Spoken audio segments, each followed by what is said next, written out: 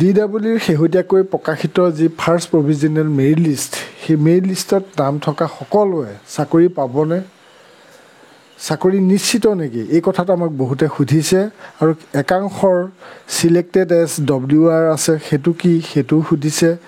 আৰু এই সন্দৰ্ভতে কেইবাটাও দৰকাৰী কথা এই ভিডিঅ'টোত আলোচনা কৰিম। আপুনি ভিডিঅ'টো শেষলৈকে চাব। ইতিমধ্যে চাগৈ আপুনি গমেই পাইছে যে অহা 10 অক্টোবৰত অসমত যথেষ্ট সংখ্যকক নিযুক্তি দিয়া হ'ব। আৰু সেই নিযুক্তি প্ৰক্ৰিয়াত DWৰ 5,550টা পদৰ যি নিযুক্তি প্ৰক্ৰিয়া, সেইখিনিও অন্তৰ্ভুক্ত হ'ব।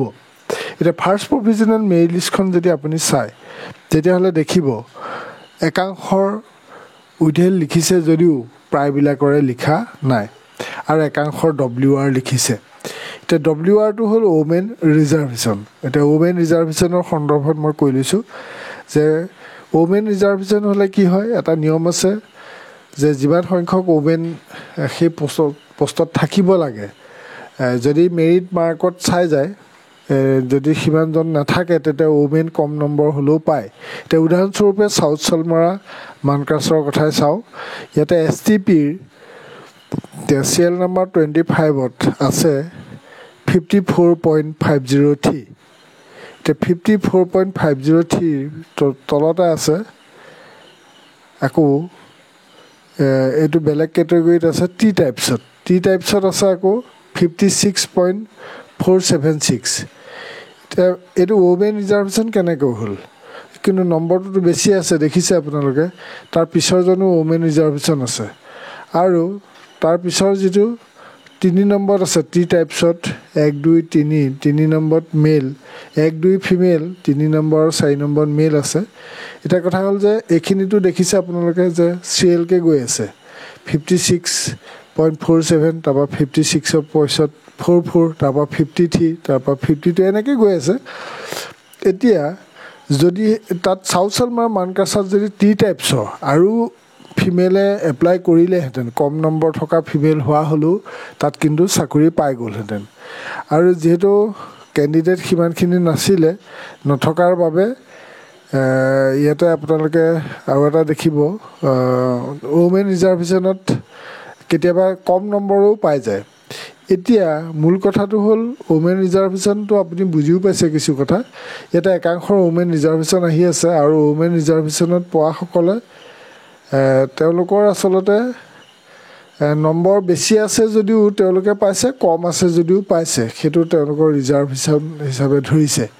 কেতিয়াবা কি হয়, কোনো ডিষ্ট্ৰিক্টত, এইখনতে চাওক দেই, এইটোতে আনৰিজাৰ্ভত চাউথ চালমাৰা মানকাছাৰত আনৰিজাৰ্ভত আপোনালোকে দেখিব 55, 56, 57, 58 আৰু 59ত ইয়াতে ইয়াৰ কেইজন আছে 56ৰ পৰা দেখিব আটাইকেইজন ওমেন ৰিজাৰ্ভেশ্যনত আছে।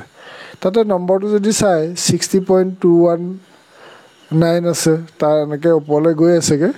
এতিয়া ওমেন ৰিজাৰ্ভেশ্যন মানে কি হৈছে, সেইখিনি যদি সিমানটো নম্বৰ যদি পুৰুষো আছিলে আনৰিজাৰ্ভত, ধৰি লওক মই আপোনাক উদাহৰণ এটা দিছোঁ যে আনৰিজাৰ্ভত চাউথ চালমাৰাত 60.51ৰ এজন আছিলে, 511ৰ এজন আছিলে। এই চিৰিয়েল নাম্বাৰটো সমান, মানে এইটো দেখিছে আপোনালোকে 60.511। এতিয়া সেই নম্বৰটো থকা যদি পুৰুষ এজন আছিলে, তেওঁ কিন্তু চাকৰিটো নাপোৱা, তাত ওমেন ৰিজাৰ্ভেশ্যন মানে ফিমেলে পাই গৈছে।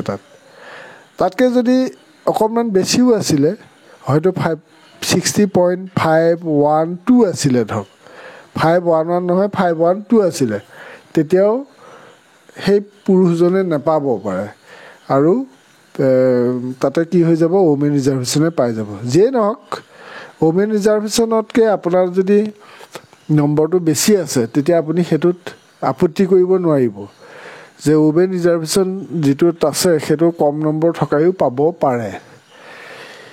এতিয়া এটা কথা ক'ম যে বহুতে সুধিছে যে তেওঁলোকৰ ৰিমাৰ্কছত একো লিখা নাই। এতিয়া আপোনালোকে স্ক্ৰীণত দেখিছে, এইখিনি NIS উইথহেল্ড বুলি লিখিছে। NIS উইথহেল্ড বুলি লিখাসকলে 19 ছেপ্টেম্বৰৰ দিনাখন ভেৰিফিকেশ্যনত যাব লাগিব। যদি ৰিমাৰ্কছত একো লিখা নাই, তেতিয়া কি কৰিব? সেইসকল NIS উইথহেল্ড বা তেনেকুৱা কোনো যদি ৰিমাৰ্কছত লিখা নাই, তেতিয়াহ'লে তেওঁলোকৰ কাৰণে একো অসুবিধা নাই, তেওঁলোকে DWলৈ যোৱাৰ প্ৰয়োজন নাই। মানে মেৰিট লিষ্টত যিসকলৰ ৰিমাৰ্কছত একো লিখা নাই আৰু তেওঁলোকৰ নাম ভাল ধৰণে আছে, তেতিয়া তেওঁলোকে চাকৰি পাব।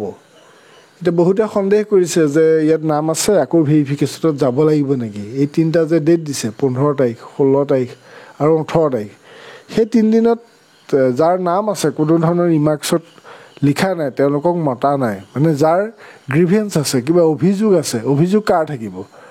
অভিযোগ ধৰি লওক কাৰোবাৰ নম্বৰ বেছি আছিলে কিন্তু তেওঁৰ নামটো অহা নাই, সেইজনেই অভিযোগ কৰিব। কিন্তু ইয়াত ধৰি লওক কোনোবা এজনৰ নামটো আছে, ৰিমাৰ্কছতো একো নাই, তেওঁতো তাত অভিযোগ দিবলগীয়া একো নাই, গতিকে তেওঁ যোৱাৰ প্ৰয়োজন নাই। এতিয়া তেওঁলোকৰ নিযুক্তি হ'বই আৰু তেওঁলোকৰ নাম কৰ্তন হোৱাৰ কোনো সম্ভাৱনা নাই।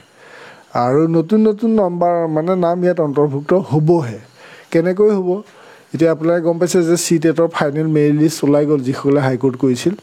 তাৰো বহুতৰ কিন্তু ইয়াতে নাম আছে। গতিকে DWয়ে যদি সেই ফাইনেল মেৰিট লিষ্টত থকা CTETৰ কেণ্ডিডেটৰ নামখিনি ইয়াৰ পৰা যদি ডিলিট কৰে, তেতিয়াহ'লে কাট অফ আৰু কমিব।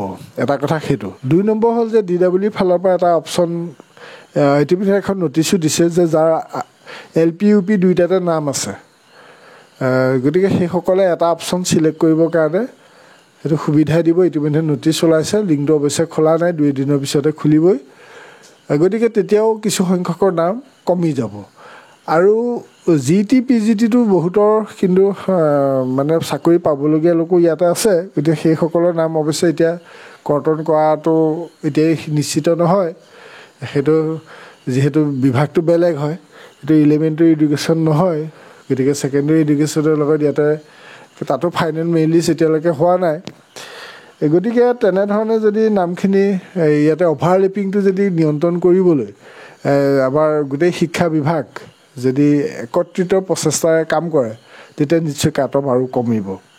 এতিয়া আমি ভিডিঅ'টোত ক'বলগীয়া কথাটো আছিলে যে ইয়াতে নাম থকা সকলোৱে চাকৰি পাবনে নাপায়। গতিকে যাৰ একো ৰিমাৰ্কছত লিখা নাই, তেওঁলোকে একো কৰিব নালাগে, তেওঁলোকে 10 অক্টোবৰলৈ বাট চাওক। আৰু কেইদিনমানৰ পিছতে 20 তাৰিখৰ পিছতেই ছেকেণ্ড মেৰিট লিষ্ট ওলাব। তেনেধৰণে মেৰিট লিষ্ট আৰু ফাইনেল ওলাব এপইণ্টমেণ্টৰ আগত। আৰু এই প্ৰভিজনেল মেৰিট লিষ্টৰ ওপৰত ভিত্তি কৰি কোনো ক্লেইম কৰিব নোৱাৰিব। আৰু যেতিয়া পিছৰখন মেৰিট লিষ্ট ওলাব, অট'মেটিকেলি আগৰখন মেৰিট লিষ্ট কেঞ্চেল হৈ যাব। আৰু এপইণ্টমেণ্ট প্ৰক্ৰিয়াটো সদায় ফাইনেল মেৰিট লিষ্টৰ ওপৰতহে নিৰ্ভৰ কৰি পেলাই এপইণ্টমেণ্ট ইছ্যু কৰা হয়।